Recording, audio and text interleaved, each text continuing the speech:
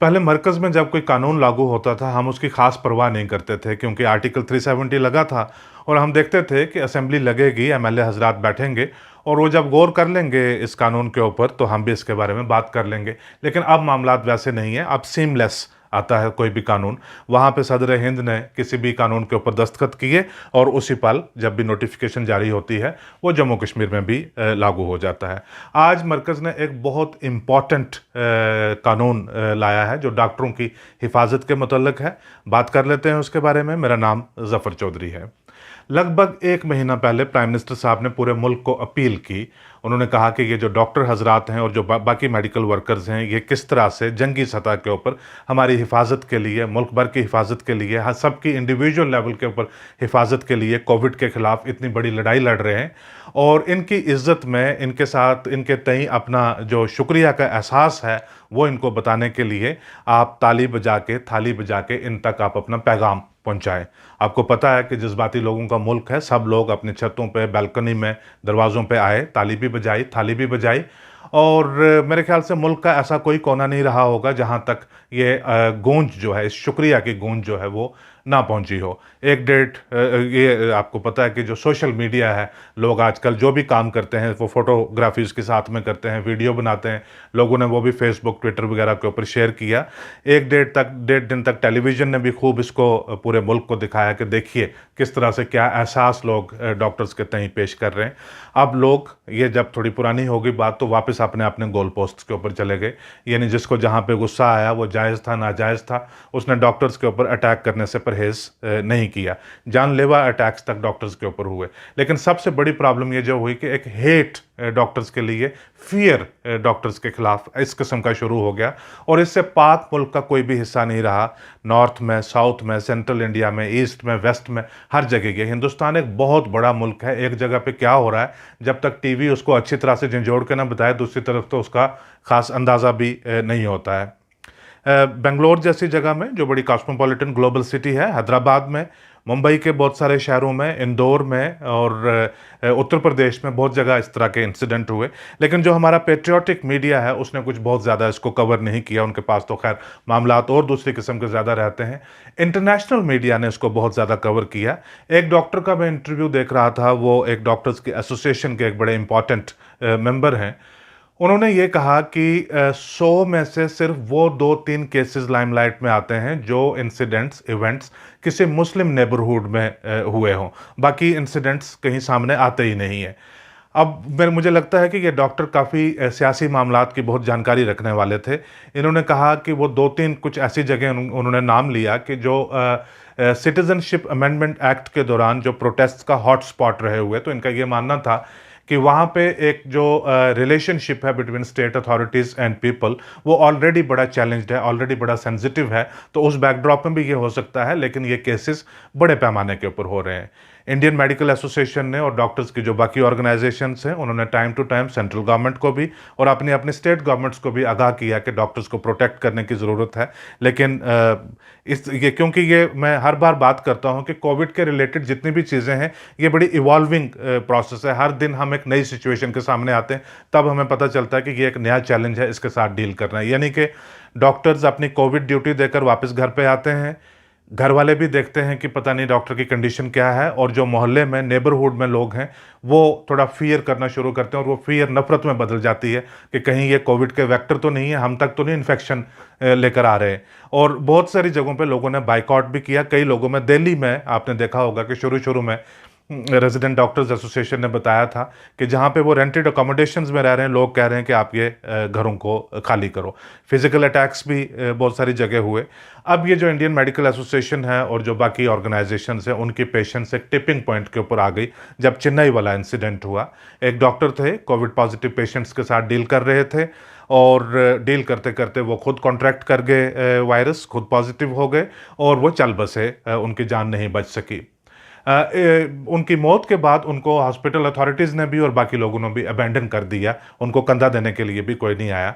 उनके एक दोस्त हैं, उन्होंने अपने इंटरव्यू में बताया कि किस तरह से उनकी ज़िंदगी का शायद सबसे मुश्किल लम्हा ये रहा होगा, और हम सब के लिए सुनने के लिए भी ये कितनी मुश्किल बात है कि उन्होंने अकेले ने, वो भी डॉक्टर हैं, उन्होंने एम्बुलेंस में खुद उनकी बॉडी ली और एम्बुलेंस को खुद ही ड्राइव करके वो लेकर गए, कहीं कब्र खोद कर उनको दफना कर आए। तो इस किस्म की सिचुएशन जब बन गई, तब इंडियन मेडिकल एसोसिएशन ने एक वार्निंग और सेंटर को एक लास्ट बात उन्होंने बता दी कि साहब, अगर 22 अप्रैल यानी आज का दिन जब मैं ये बात कर रहा हूँ, तब तक अगर इसमें कोई मुस्बत इंतजामात नहीं लिए जाते तो हम 23 अप्रैल को मुल्क भर में एक ब्लैक डे ऑब्जर्व करेंगे, हम स्ट्राइक करेंगे, एजिटेशन करेंगे। डॉक्टर्स ने बड़ी रिस्पॉन्सिबिलिटी के साथ पेश आए, बहुत ही जिम्मेवारी का इन्होंने सबूत दिया।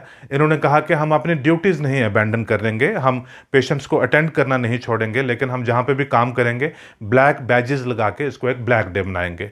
इस वक्त लगभग 22-22.5 लाख डॉक्टर्स और मुख्तलिफ किस्म के जो हेल्थ वर्कर्स हैं वो कोविड ड्यूटीज़ के लिए डिटेल किए हुए हैं मुल्क भर में। अगर ये सब लोग स्ट्राइक पे चले जाते हैं, और इन्होंने कहा कि स्ट्राइक के दिन तक अगर कोई गवर्नमेंट की तरफ से कोई इनिशिएटिव नहीं होता तो फिर हम उसका जो फ्यूचर कोर्स ऑफ एक्शन है वो हम डिसाइड करेंगे। तो लिहाजा इस स्ट्राइक शुरू होने के 24 घंटे पहले आज सुबह मोदी कैबिनेट ने एक फैसला लिया, एक ऑर्डिनेंस जारी किया, और उसमें डॉक्टर की हिफाजत के लिए बहुत सारी चीज़ें आउटलाइन की। ऑर्डिनेंस क्या होता है? जब पार्लियामेंट या असेंबली जहाँ पे लेजिस्लेशन पास होती है, जो अथॉरिटीज़ को एम्पावर करती है किसी चीज़ को इम्प्लीमेंट करने के लिए, जब वो सेशन में नहीं होती है तो ऑर्डिनेंस पास किया जाता है, और बाद में जब सेशन आता है तो उसको रेटिफाई भी किया जाता है या अलग से बिल लाया जाता है, वो जो कानून की शक्ल अख्तियार करता है। अब ये ऑर्डिनेंस इक्वली एक लेजिस्लेशन की तरह law enforcing, law implementing authorities को एम्पावर करता है कि अगर वो इस किस्म के कोई वाक़या उनके सामने आए तो वो उस पर एक्शन ले सकते हैं। इसका स्कोप लिमिटेड है, ये सिर्फ कोविड जब तक रहेगा, कोविड ड्यूटीज़ के ऊपर जो डॉक्टर्स होंगे ये सिर्फ उन्हीं के साथ डील करने के लिए है। इसकी मैं वजाहत कर दूं, इसमें अगर आप डॉक्टर्स के साथ कोई किसी किस्म की आप बदतमीज़ी करते हैं या उनके ऊपर किसी किस्म का अटैक करते हैं, इस चीज़ के ऊपर मुनसर करता है कि वो अटैक कितना सीरियस है। तो 6 महीने से लेकर 7 साल तक की आपको सज़ा हो सकती है। यह अपने आप में बहुत एक डेटरेंट है, इम्पॉर्टेंट है कि इस किस्म का सख्त कानून हमेशा ही होना चाहिए। अगर हम लोग हैं इस तरह की हरकतें करने वाले तो इस किस्म के कानून भी होने चाहिए, और 50,000 रुपये से लेकर 5 लाख रुपए तक का जुर्माना भी हो सकता है। इसके दो डिफरेंट आस्पेक्ट हैं ऑर्डिनेंस के, उसमें जो ऑफेंसेस हैं वो मुख्तलिफ डिफ़ाइन किए गए हैं, लेकिन दोनों को पुट टुगेदर 50,000 से लेकर 5 लाख रुपए तक का जुर्माना और 6 महीने से लेकर 7 साल तक की सज़ा आपको हो सकती है। और अगर आप प्रॉपर्टी जो मेडिकल फैसिलिटी कहीं पे अगर डैमेज करते हैं, डिस्ट्रॉय करते हैं, तो आपको भुगतान करना पड़ेगा, जो उसकी मार्केट प्राइस होगी उससे डबल कीमत आपको चुकानी पड़ेगी। बहुत वेलकम लॉ है, बहुत इम्पॉर्टेंट है, टाइमली है, पहले आ जाना चाहिए था लेकिन आज आया। गवर्नमेंट ने इसको रिस्पॉन्ड किया, इस चैलेंज को, इस सिचुएशन को, बहुत सराहनीय है, इम्पॉर्टेंट है। लेकिन मेरे नज़रिए में ये अभी भी एक होलसम स्ट्रेटजी जो मेडिकल फ्रेटर्निटी और जो पेशेंट डॉक्टर रिलेशनशिप और जो गवर्नमेंट डॉक्टर रिलेशनशिप है उसके साथ डील करने के लिए ये अभी भी एक होलसम लॉ नहीं है।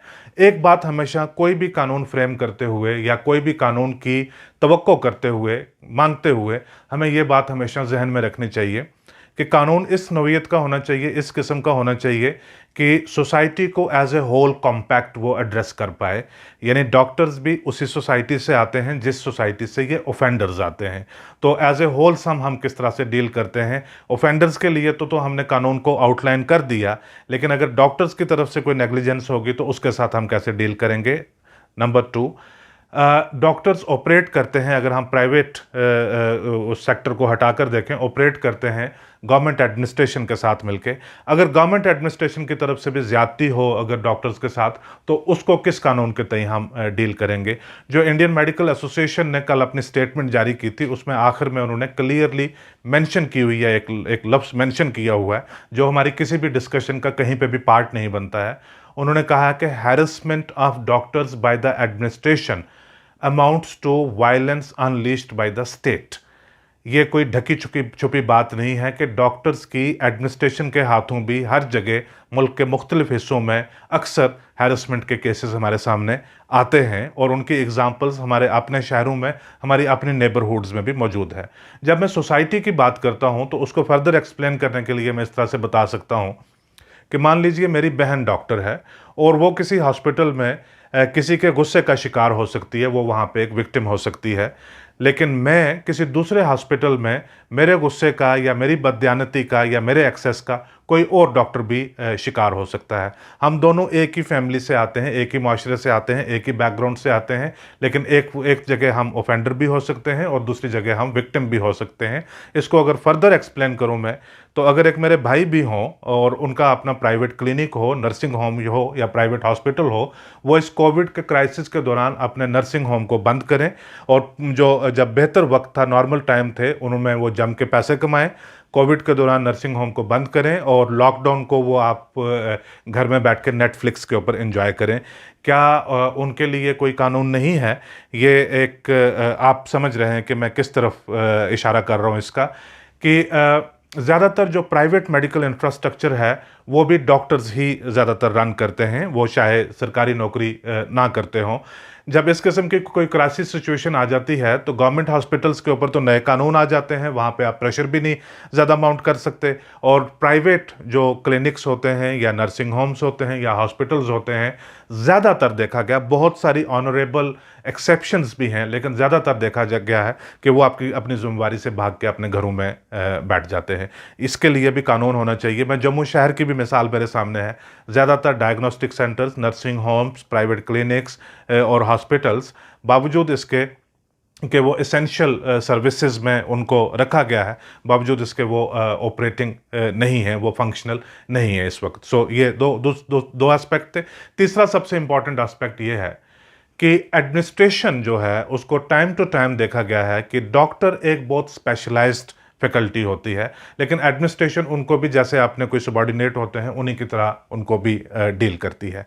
और जो कोविड में ख़ास करके जो लोग ड्यूटी पे इस वक्त एंगेज हैं, अगर मैं डिस्कशन का स्कोप लिमिटेड रखूँ कोविड क्राइसिस के इर्द गिर्द ही, तो doctors are we are wanting for a lot of facilities. आप मुल्क भर में आप जाकर देखें, जो डॉक्टर्स को एडिक्वेट फैसिलिटीज़, जो प्रोटेक्शन गियर्स खास करके चाहिए इसके साथ डील करने के लिए, वो अवेलेबल ही नहीं है। अब जम्मू की मिसालें आपने देखी हैं कि एक ज़्यादातर जो नंबर है जो पॉजिटिव पेशेंट्स यहाँ पे आए हैं, उनमें से मेडिकल कम्युनिटी के खुद ही लोग हैं, क्योंकि उनके पास शायद एडिक्वेट प्रोटेक्शंस नहीं थी पॉजिटिव केसेस के साथ डील करने के लिए, जिसकी वजह से वो खुद भी कॉन्ट्रैक्ट कर गए।